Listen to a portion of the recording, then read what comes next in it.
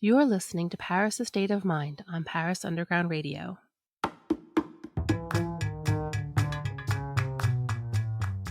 Welcome to Paris: A State of Mind. Join us as we talk about the good, the bad, the ins, the outs of property rentals and purchases in and around Paris. We'll have topics for renters, owners, and visitors, share questions we are regularly asked, and more.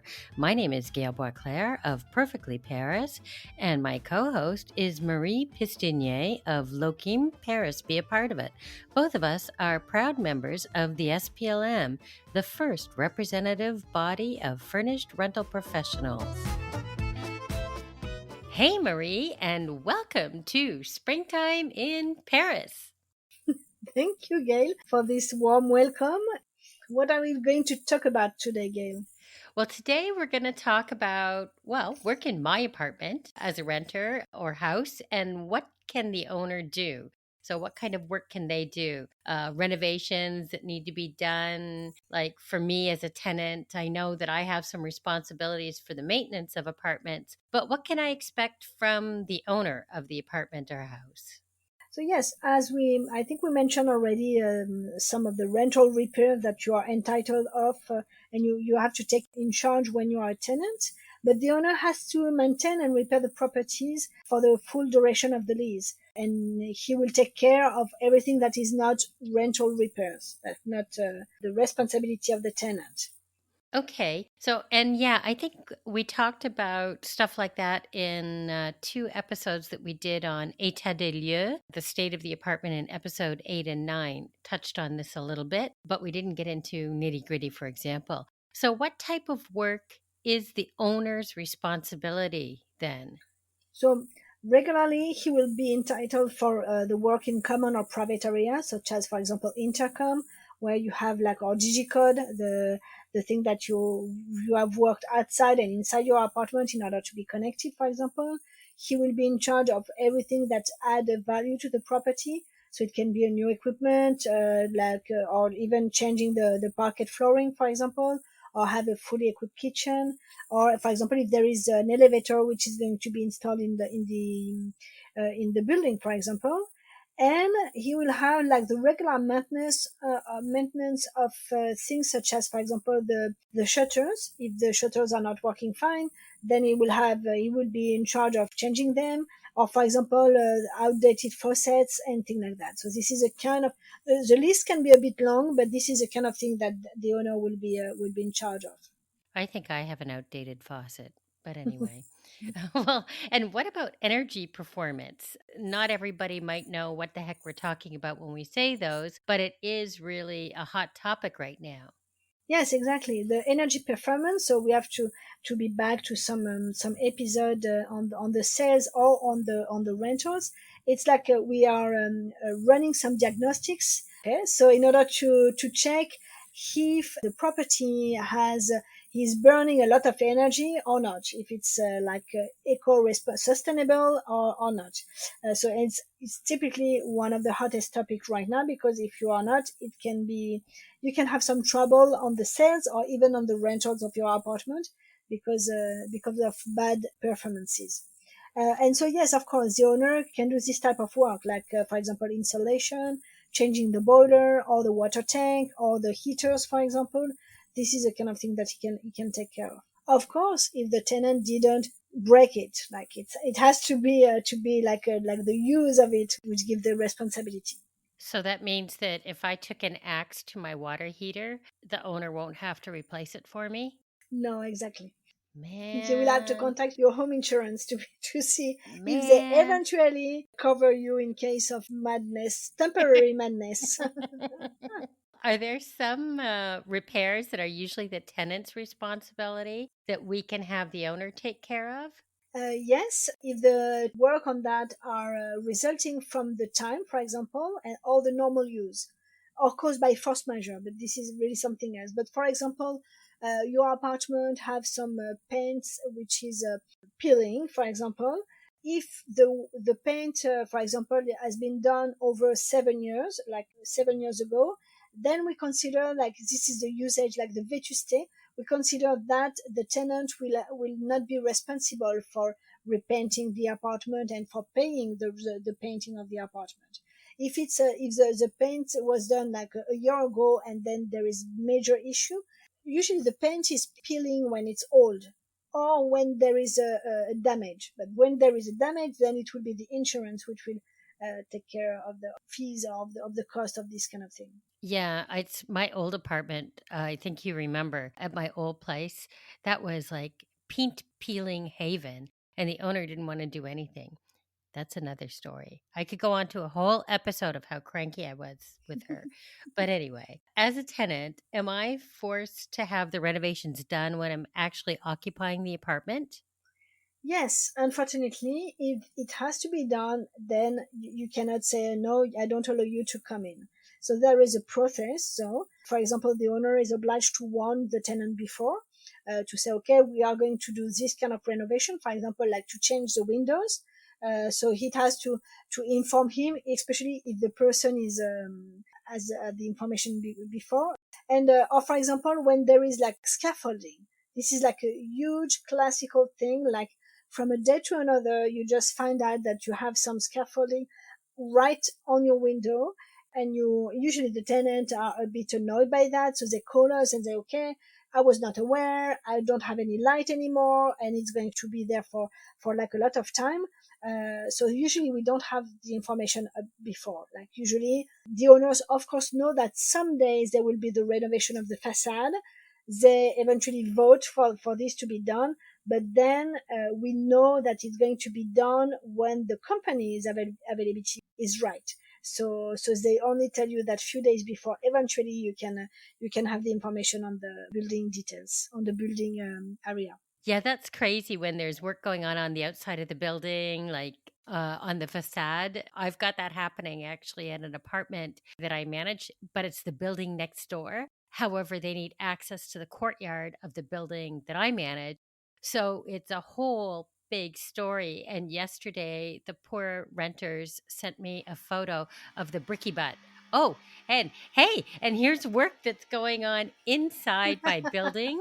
And I just want to say that brings us to the question, and for work inside my home, Marie. You have to let the work to be done. You don't have the choice, but the owner must send you a notification. The formality is usually by registered letter with acknowledgement of receipt or a hand delivered letter, which is like we don't have that anymore, but usually it's by lettre recommandée.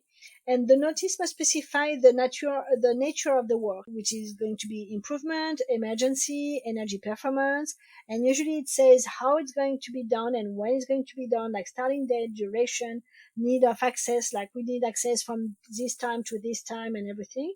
And of course, if the work is urgent, like for example, the water heater in the winter, but I'm sure that you let your owners coming in if this is to get some hot water. And the tenant must give the access to his dwelling for the preparation and execution as well.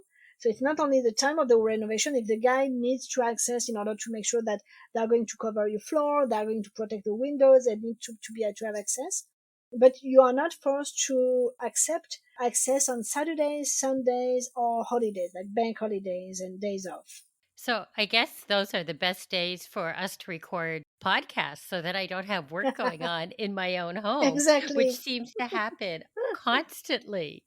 Yes, I think that there is like a kind of there is something, either there is a training for people doing hammer right next to your apartment. Like, okay, you want to train to put some holes in the walls? Okay, come on in. Yeah, I think you're right. I think there is some sort of training in my building for Yes, workers that do drilling and exactly. hammering. You're right. Training for workers are in the 18th. You have to to know that, Yeah, come and to it's my place. But getting back on track, so about the work that the tenant has to let them in to do and so on. What about compensating the tenant? Like, because it's definitely a disturbance in terms of noise, maybe having to leave keys for people they don't know, dust, like you said, they have to protect all of that. But is there any sort of like financial compensation, a reduction in rent or something like that? Yes, usually people are when work are going to be done, and sometimes it's unexpected because yes, you are comfortably installed in your apartment for only a few weeks, and then we say to you, okay, we are sorry, we are going to have some work to be done, and so usually people are saying, okay, I'm not going to pay the rent, or we are going to cut and everything. So the tenant, as a tenant, you must allow the access to the property for the preparation, the realization of the work which is going to be at the owner's charge. However, if the repairs or work last more than 21 days, then the owner must grant a reduction of the rent proportionally to the duration of the work.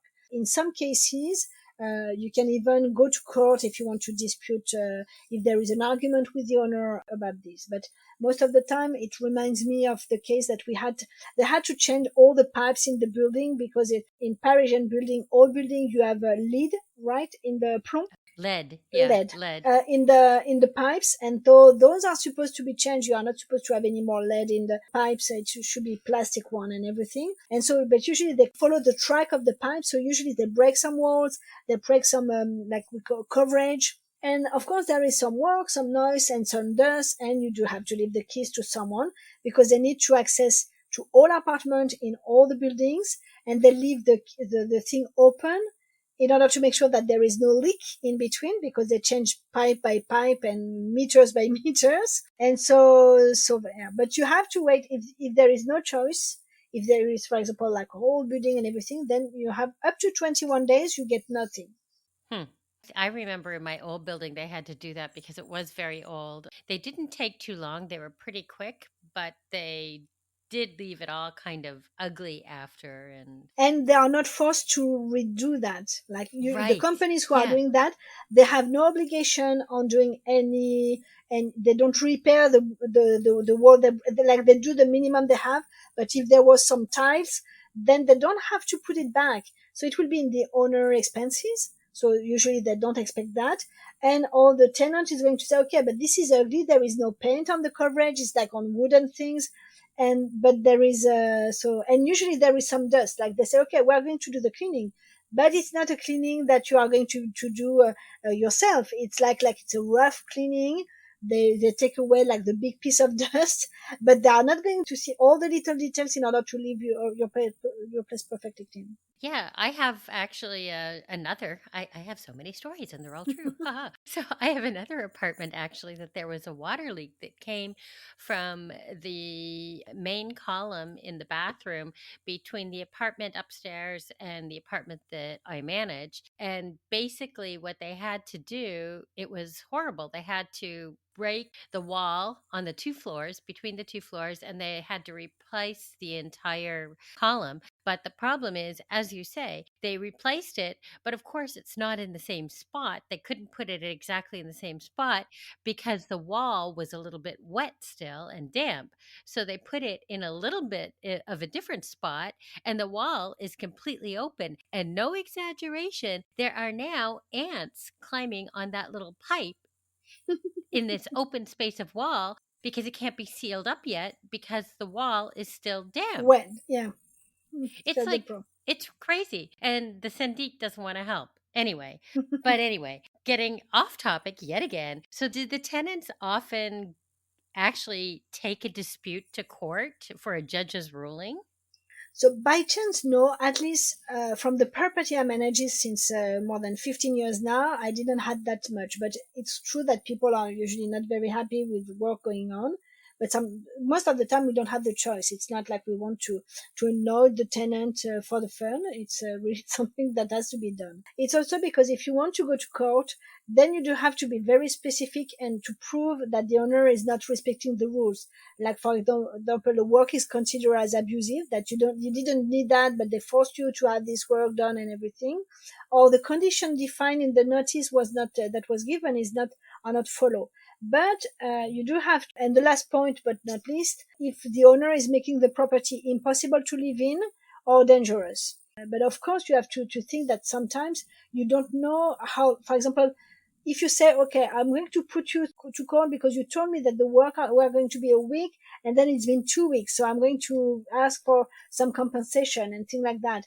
But sometimes it depends on who is going to do the work. It's not the owner who is going to come with his little hands and to change the pipes. It's going to be a company. So you need to have, the company who is going to be responsible.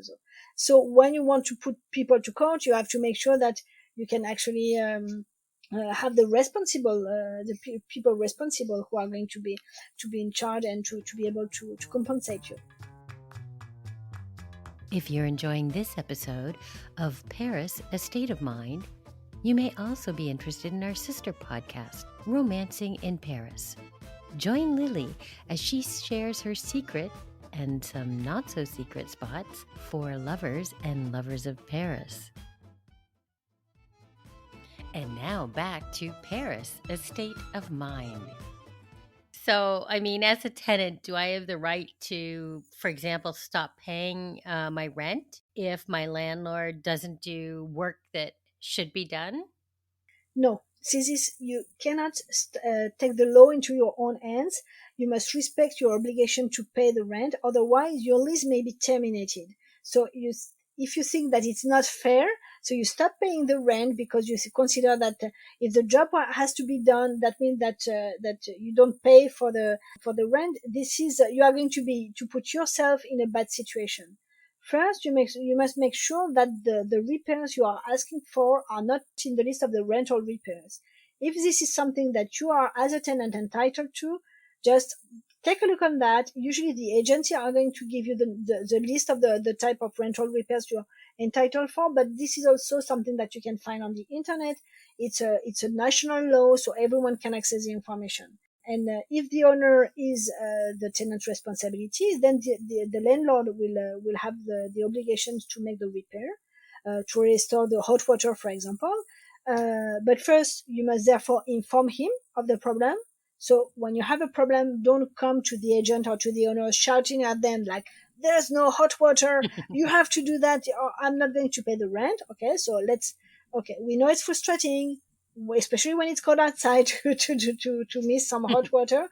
But we have to see, okay, you have to inform him. Then, of course, someone will come and check what is the problem, so we can see if it's a rental or the owner responsibility. And then you have to move on with the owner. And what happens if I do that? If I let my owner know or my agency know? And what if no one responds? Like everybody's just ignoring me. So if really the owner is not responding, or the agent, but give them some time to do so, you must give him a formal notice to carry out the repairs, and usually it's by registered letters with acknowledge. Oh, this is a tongue twister also for me. Acknowledgement of receipt.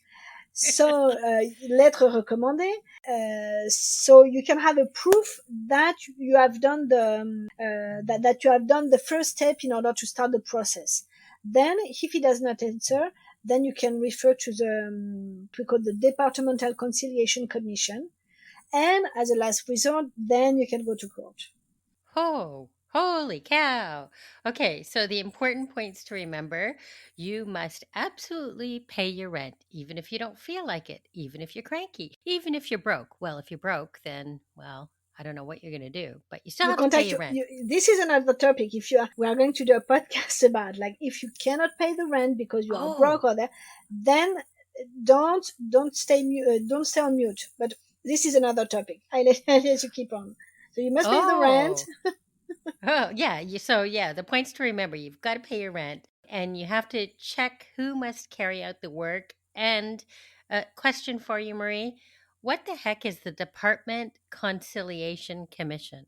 So it's free system, which is it's a free commission, like a reunion, which seeks an amicable settlement to dispute between landlords. So it can be private owners or social landlords and tenants, using their property as their main residence.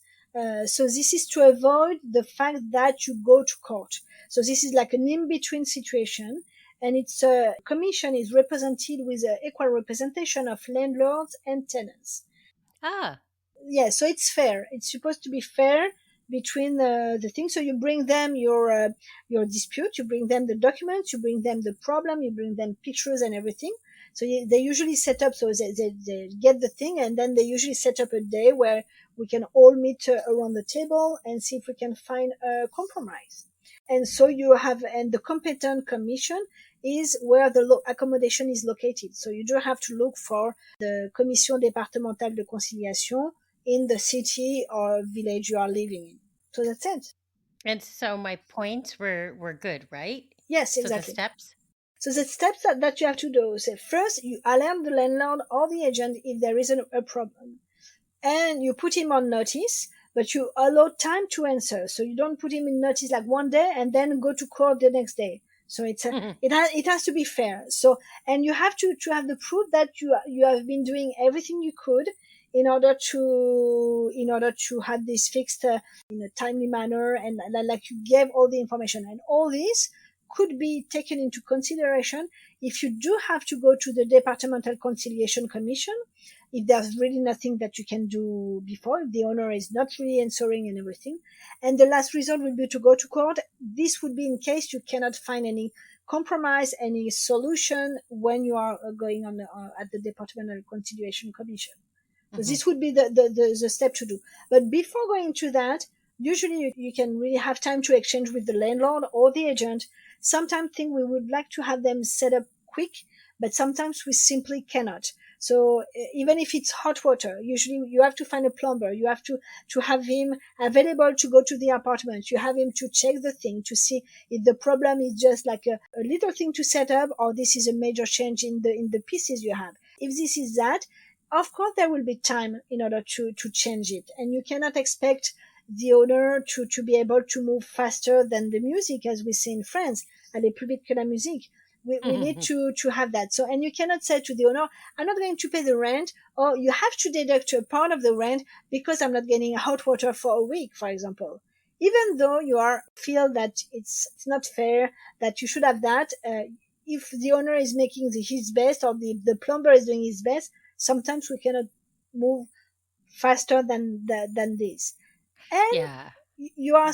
you can still, it's not a trick, and I'm not assuring you it's going to work, but sometimes when you are asking nice for a reduction of the rent because you are feeling you are really having a bad moment in the apartment because of renovation that are like has to be done, sometimes it works. And sometimes owner or agent are not the one who are giving the yes or the no, but they can work in your favor with the owners and eventually make a little discount on the rent you have to do. So there is no risk to ask, and we never know what can happen. Even though there is up to 21 days of work, there is no obligation for the owner to make any gesture. Well, yeah, and I also think that it really depends on how everybody handles the situation, because if you try to deal, if everybody, the renter, the owner, the manager, property agent, whatever, if everybody just tries to deal with everything amicably, it's usually settled quicker. Because I mean, the more that you kick and scream and fight any party involved, the longer it's going to take, and the less sometimes you want to be nice. Exactly. Yeah, and sometimes it's really like we say like the frog, like the expression we say like, okay, you have to take care of one frog that you really have to eat the frog. You know this expression. I don't want to eat frogs. I thought we only eat the legs. Okay. And so no, yeah, you're right. It has to be. Sometimes it's just that if everyone is going on the same direction, it's going faster. Even for the person who is going to take care of the maintenance, if the guys are feeling that they are understood, that okay, we do not rush them, but we really need to have something done in like in a timely manner and everything. Sometimes it works faster. As an agent, and my view is biased, but sometimes we have just to face when you are a tenant that very thing that may sound unfair, but that is just the way it is and how the rules are. Even for the owners, we can have. But as a tenant, sometimes we know that because they contact us. As an agent, I have them contacting me, and sometimes they are really mad at us because it's not going fast enough and everything. And so usually their frustration turns into aggressivity. And yes, this is it doesn't make the thing work better. Yeah, I mean, I think that sometimes too, you can get that happen when people maybe don't understand the speed in which things work in France, for example, versus, I don't know, in Canada or the US. Maybe it's longer, maybe it's shorter, but I mean, there's also it's not like immediate. It's rarely immediate. So. Yes, unfortunately, we wish it would be this way, but and feel free to, as a tenant, last advice I can give. As a tenant, if you don't know if you are entitled to do the work, to the repairs or not, ask your agent. I know that when you ask to the owners, you may feel like, okay, the owner is going to say that it's my turn to pay, it's my responsibility. But ask your agent. Your agent is supposed to give you the advice. Okay, I have some joints which are dirty, so yes, this is the tenant side. I have like the bell to ring, which is not working. This is on the tenant side. But there is some pipes that are not working, so this is on the owner side. So ask your agent, okay, saying, okay, I have this problem, it's not working. Who is entitled for that? And then the agent will give you the information. And eventually you can even ask the agent if they do have some professionals they can refer you to, so you can have the work done eventually with the correct and fair price. Especially when we talk about locks and everything, ask your Mhm. agent. They normally has like some people they work with that are really confident with. Yeah, that we trust and that it's not going to rob you blind and things. Exactly. Well, very good, very informative. Let's Yeah, hope I our hope so. listeners thought so too. That works. Thank you very much, Gail. It was a pleasure to exchange on this topic. Yeah, it was really, I felt we could have gone on forever, but Exactly. we went on enough for this episode. So I guess we'll say goodbye to all of our listeners and we'll speak very soon. Yes. Bye bye. Bye. Thanks for listening to Paris: A State of Mind, featuring Gail of Perfectly Paris and Marie of Loquim, both who are founding members of the SPLM. Paris: A State of Mind is produced by Paris Underground Radio. The music, Jazz in Paris, is by Media Right Productions. For more information on this show and others, go to parisundergroundradio.com. This episode of Paris: A State of Mind was produced by Jennifer Garrity for Paris Underground Radio. For more on this show and shows like it, please visit parisundergroundradio.com.